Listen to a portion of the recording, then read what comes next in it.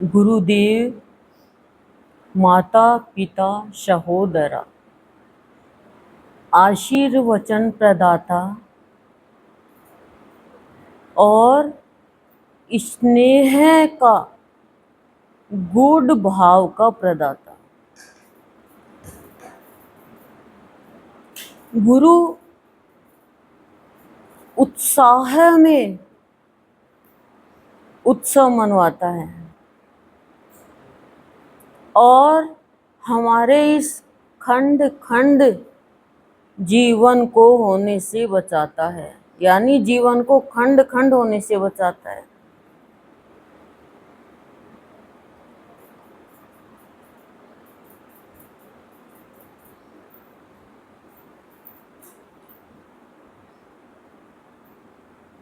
अंग प्रत्यंग में भावों की रचना करता है, पूजनीय भावों को नमन करना सिखाता है, पाषाण से जीवन में भावों की उत्पत्ति करके उल्लास भरता है, मानसिकता में भाव और प्यार की प्रबलता देकर जीवन को सरस बनाता है। इसीलिए हम गुरु का इतना महान गुणगान करते हैं। जो गुरु का इस जीव्या से गुणगान करता है कुछ नहीं है। गुरु के आप गुणों को लेना चालू करोगे ना, अनंत, आप कहोगे नेति नेति।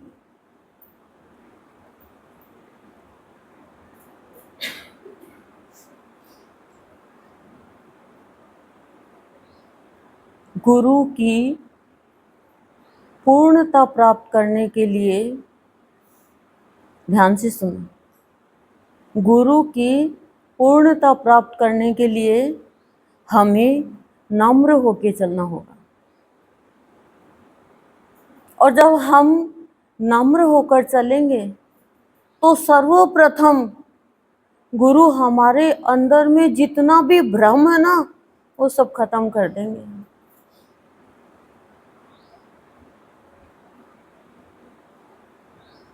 इतनी शक्ति आती है नम्रता में। गुरु कहते हैं कि तुम्हारी भावना में जितनी भी चिंता है, वो सारी चिंता जब भी दूर होगी जब तुम्हें नम्रता से चलना आएगा। जैसे ही हृदय में नम्रता आएगी वैसे ही गुरु सर्वप्रथम क्या करेंगे, हमारे विचारों से अपने विचारों का मिलान करा के हमसे पुण्य कर्म करवाते रहेंगे और फिर जन्म और मृत्यु के फंदे से हमें सदा सदा के लिए दूर कर देंगे। सिंपल बात बता रही हूं, लेकिन वह असाधारण। कोई मान लेगा तो, क्योंकि नम्रता जल्दी सी ले नहीं सकता। नम्रता जिसके अंदर आ गई ना, ये मान लो उसमें सारे गुण आ गए। क्योंकि आप विचलित हो जाते हो, घबरा जाते हो, अकड़ जाते हो, तो आप निर्णय गलत ले लेते हो। जो अहंकार रहित होगा वही तो नम्रता में रहेगा ना। छोटी छोटी बात पे हम तो तुनक मिजाज ले लेते हैं। हमारा देखा उसको, ओहो हो, ये क्या है ना। नो नो नो नो, ऐसा नहीं। नम्रता, फिर क्या होगा, आप अकड़ में कुछ बोल दोगे, फिर आपको गलती का एहसास होगा, पश्चाताप करोगे, फिर सॉरी बोलोगे, फिर दुखी हो जाओगे कि जिनको हम इतना प्यार करते हैं, जिनको हम इतना सम्मान देते हैं, उनका दिल दुखा दिया अकड़ के कारण। कोई कोई देखो कितना मीठा बोलता है। देखो, मीठा इंसान अच्छा लगता है, लेकिन मीठी ज्यादा चाय बन जाए मिठाई लिमिट से ज्यादा मीठी बन जाए तो भी उचित नहीं है। एकदम नॉर्मल होना चाहिए। जैसे ही हमारे विचारों गुरुदेव मिलाना शुरू करेंगे, नम्रता में आएंगे तभी तो मिलाएंगे ना, नहीं तो गुरु के विचार तो नम्रता के हैं, क्षमता के, और हमारे विचार अहंकार के, लड़ाई झगड़े के हैं। तो एक अहंकारी एक निरंकारी, अब तो टक्कर होगी ना, टक्कर होगी, शक्कर तो बन नहीं सकेंगे हम, ऐसा है। तो गुरु जब जीवन में आते हैं तो फिर क्या करते हैं, जो हम मोह माया में फंसे हुए अपने आप को बंधन में बांध रहे हैं और बांधे हुए हैं, उस गुरु उस मोह और माया के जाल से हमें निकालकर स्वतंत्र जीवन जीना सिखाते हैं, रहना सिखाते हैं।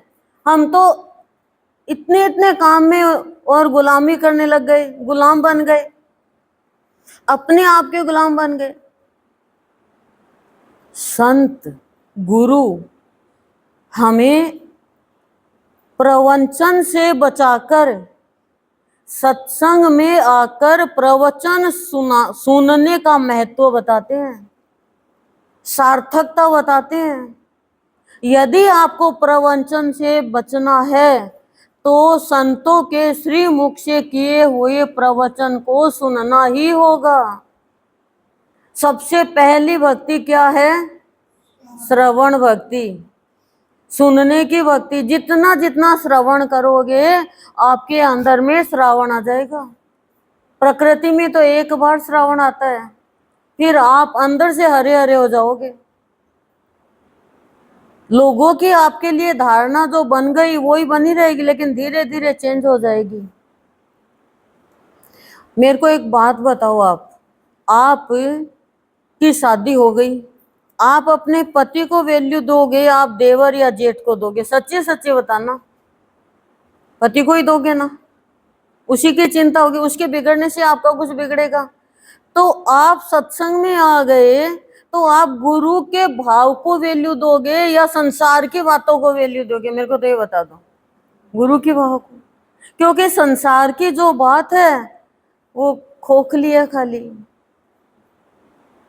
शिक्षा ले लो उससे, पर गुरु की बात है वो निरर्थक बातों से बचाएगी। जितनी गुरु की बात सुनोगे, जितनी गुरु की बात करोगे, तो निरर्थक बातों से बचते जाओगे। लोग सुनेंगे नहीं, लोग तो आपके पास चुगली करने आएंगे, बुराई करने आएंगे। आप गुरुदेव की वाणी सुना दो कि ना 8 ने प्रशंसा करी, 4 ने निंदा, गुरु ने कहा दोनों से बचो। फालतू बात करे, इसे तो बात करें, इनका तो गुरु ही गुरु बस। क्योंकि उनको क्या पता क्या निंदा, उनको तो निंदा में ही मजा आता है। एनर्जी बहुत वेस्ट होती है निरर्थक बातों में। आज निरर्थक बातों से मौन होना है हमें।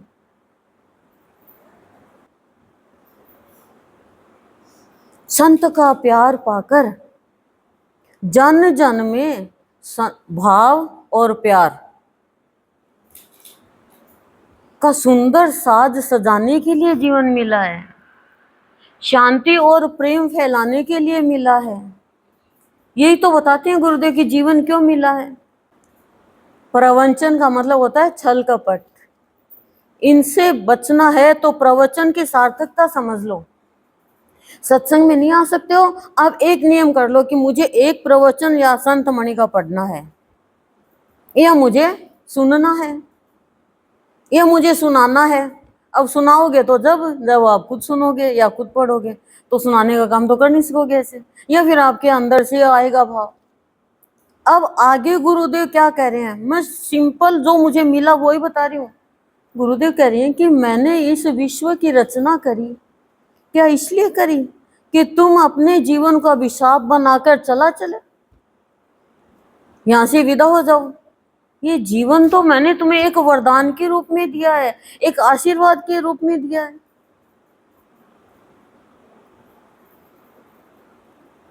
और ये कब बनेगा ऐसा? जब तुम सब कुछ करो संसार में, कोई कार्य मत छोड़ो, बुराई को छोड़कर भलाई का कार्य करते रहो, लेकिन भक्त प्रहलाद और सबरी के जैसे विश्वास की भक्ति, भक्ति तो आप करते हो, बस विश्वास की कमी है थोड़ी। विश्वास की भक्ति करके संतों का प्यार पाना है। कोई भी आपसे बात, आपकी पुरानी भी सहेली है या आपका रिश्तेदार है, उसने ध्यान नहीं दिया और आप निकल के सामने, ओ हो, 2 पैसे क्या हो गए इसके, तो इतना घमंड हो गया, देख के नीचे गर्दन कर ली। वो तो बेचारी अपनी टेंशन में जा रही है। हमारी धारणा बहुत खराब है। जब प्राणी के अंदर प्यार का जन्म हो जाता है तो हताश निराश कभी नहीं होता है। वो कहता नुकसान हुआ तो तेरा, लाभ हुआ तो तेरा, मिला तो तेरा, गया तो तेरा, मेरा है क्या? है क्या मेरा? एक बच्चे को कुछ पता नहीं रहता है और ये भाव बनता बहुत मुश्किल से है। तब गुरु प्राणी के दिल में सदा अपने भावों की जागृति करता है